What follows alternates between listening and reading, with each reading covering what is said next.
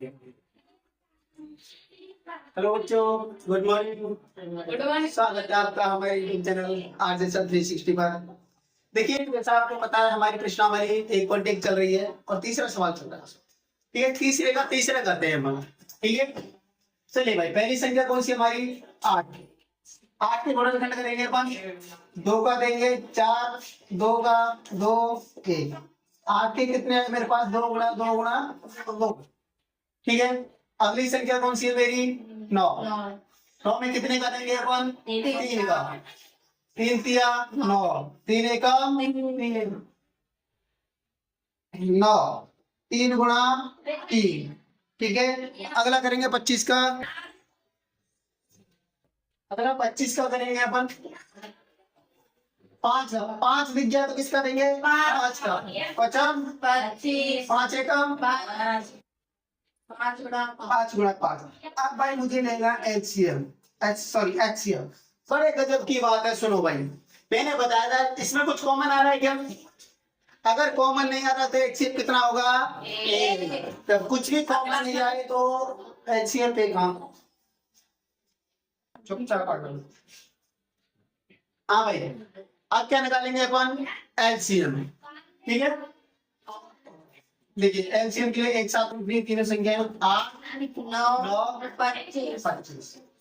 कितने का दूं पहले? 2 का। 2 चौका 8, 9 25। इनमें नहीं जा रहा तो ऐसे ही रहने देंगे। फिर 2 का, फिर से 2 का। अब कितने का दूं? 3 का। 3 तिया 9 25। 3 एकम 3। अब 25 में कितने का? 5 का। 50 25। 5 एकम 5। समझ में आया? एलसीएम 2 गुणा 2 गुणा 2 गुणा 3 गुणा 3 गुणा 5 गुणा 5। ठीक है, 2 दिन 4, 4 दिन 8, 8 तिया 24 है, और 24 तिया 72। 72 गुणा 50 25। 25 दूनी 50 5। 25 सत्ते 175। 175 और 5 180। एलसीएम कितना है आपका? 180। समझ में आई बात? छापो।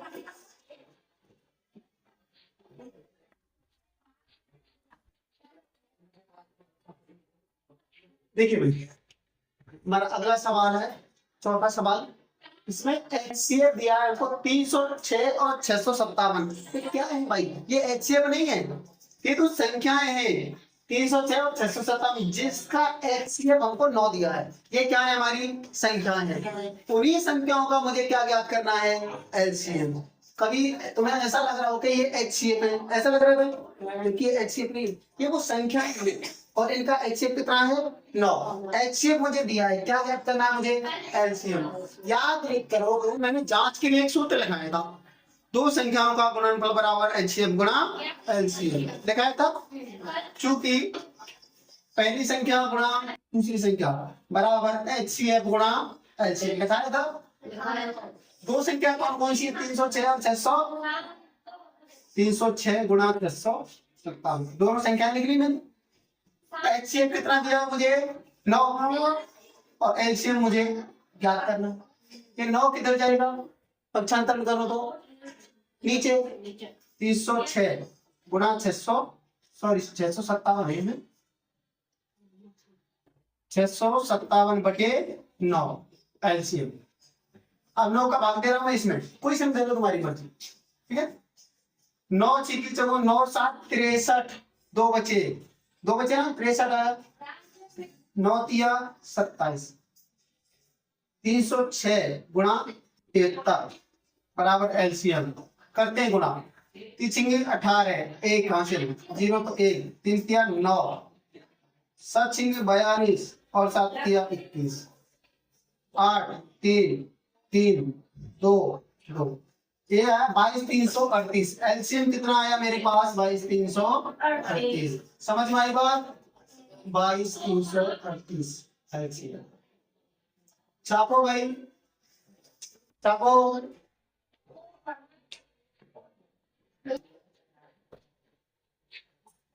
देखिए भाई हमारा अगला प्रश्न है, बहुत अच्छा प्रश्न है, इसमें भाषा है, बस समझना है भाई। ठीक है, जांच कीजिए कि क्या किसी प्राकृतिक संख्या n के लिए, प्राकृतिक संख्या क्या होती है, गिनती 1 2 3 4 5 6 चलते जाओ, ठीक है।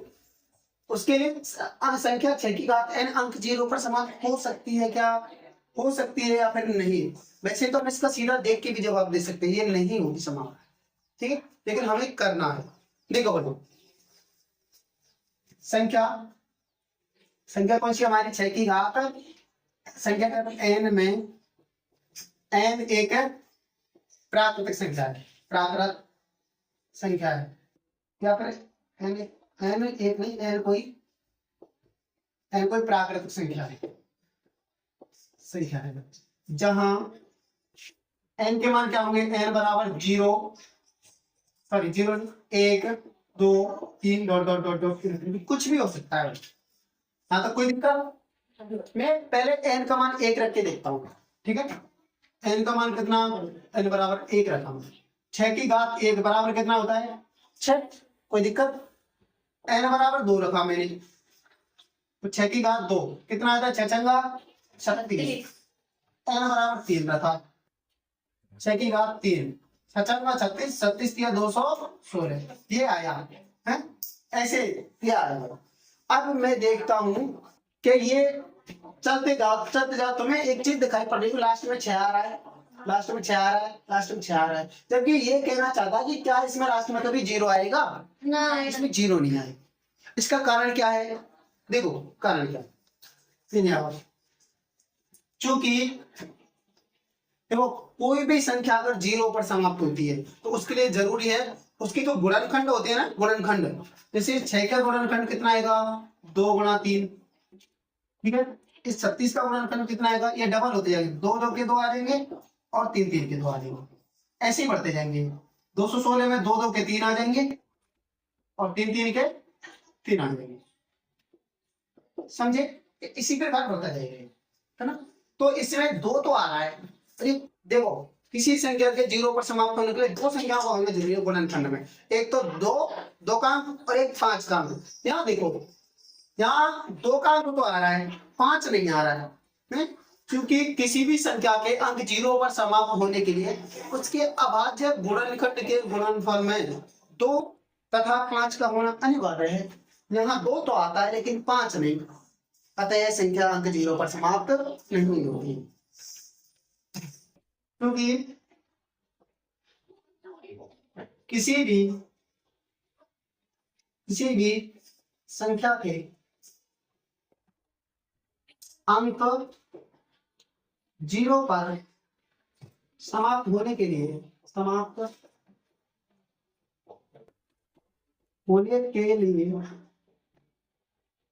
संख्या के अभाज्य गुणनखंड के गुणनफल में अंक 2 तथा 5 का होना अनिवार्य है, जबकि 6 की घात n के गुणनखंड में, जबकि संख्या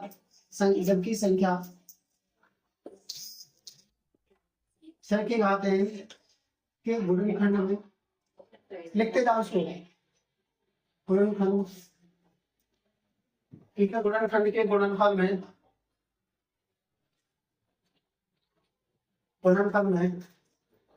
अंक 2 तो आता है, लेकिन 5 नहीं, चुप हो जाओ, लेकिन 5 नहीं, अतः संख्या 6 की घात n अंक 0 पर समाप्त नहीं होगी,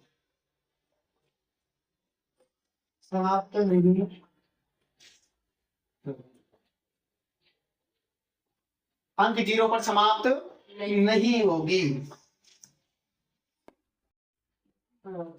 ठीक है भाई, अगला सवाल है हमारा, व्याख्या कीजिए कि ये संख्या तथा ये वाली संख्या भाज्य संख्याएं क्यों है। भाज्य क्यों है? हाँ? कैसे पता चला? भाज्य मतलब किसी संख्या का भाग जा रहा होगा इसमें। भाई इनमें किसी संख्या का भाग जा रहा होगा तभी तो भाज्य होंगी, और भाग नहीं जाता तो अभाज्य होगी। चलिए भाई पहली संख्या देख लेते हैं अपन। मैंने 7 गुणा 11 गुणा 13 प्लस 13। एक काम क्या नहीं करते हैं, यहाँ से कॉमन लेते हैं अपन। यहाँ से 13 यहाँ है, एक 13 ये रहा, डबल आ गया तो 13 कॉमन ले लिया मैंने।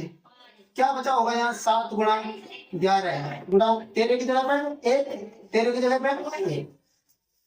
ठीक है, यहाँ 13 कॉमन आ गया तो 11 7 77 एकम 77, 77 प्लस 1 ठीक है 78। 13 गुणा 78 हो गया। मतलब इस संख्या में 13 का भाग आराम से जा सकता है। इसमें 13 का भाग दो तो 13 का चला जाएगा, इसलिए क्योंकि 13 कॉमन है ना, तो ये 13 से भाज्य है। क्योंकि इस संख्या में उभयनिष्ठ अंक कौन सा है? 13। उभयनिष्ठ बोलते हैं कॉमन, यानी दोनों संख्या में हो, सभी जगह हो। तो क्योंकि पहली संख्या में उभयनिष्ठ अंक 13 है इसलिए 13 से भाज्य है। दूसरी संख्या कौन सी है इसमें?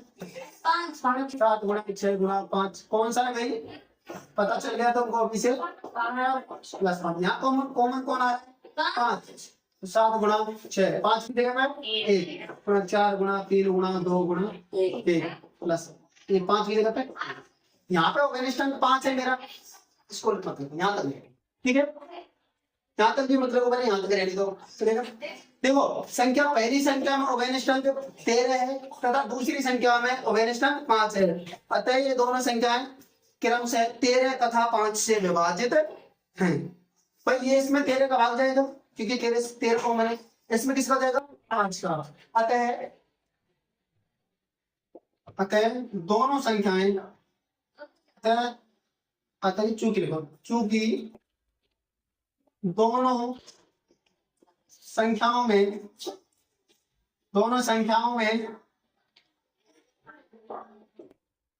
क्रमशः उभयनिष्ठ अंक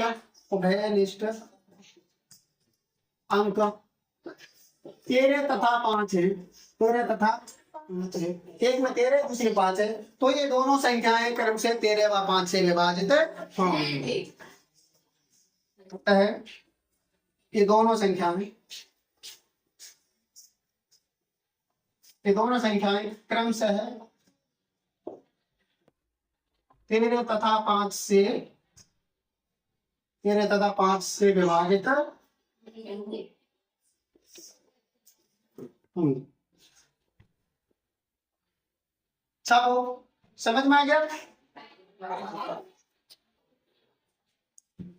देखिए 7वां सवाल है हमारा, किसी खेल के मैदान के चारों ओर एक वृत्ताकार पथ है। वृत्ताकार मतलब गोल चक्का, वृत्ताकार। तुमने स्टेडियम देखे ना, स्टेडियम की बात कर रहा है ठीक है।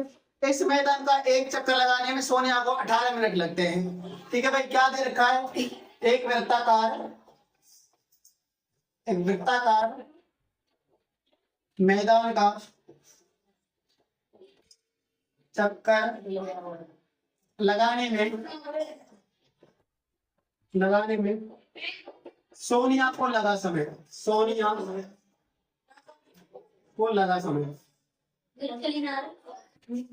कितना है भाई? सोनिया को कितना समय लगा? 18 मिनट। बोलो मत, आवाज नहीं आनी चाहिए।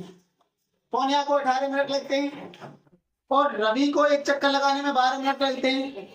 रवि को, जबकि रवि को एक चक्कर लगाने में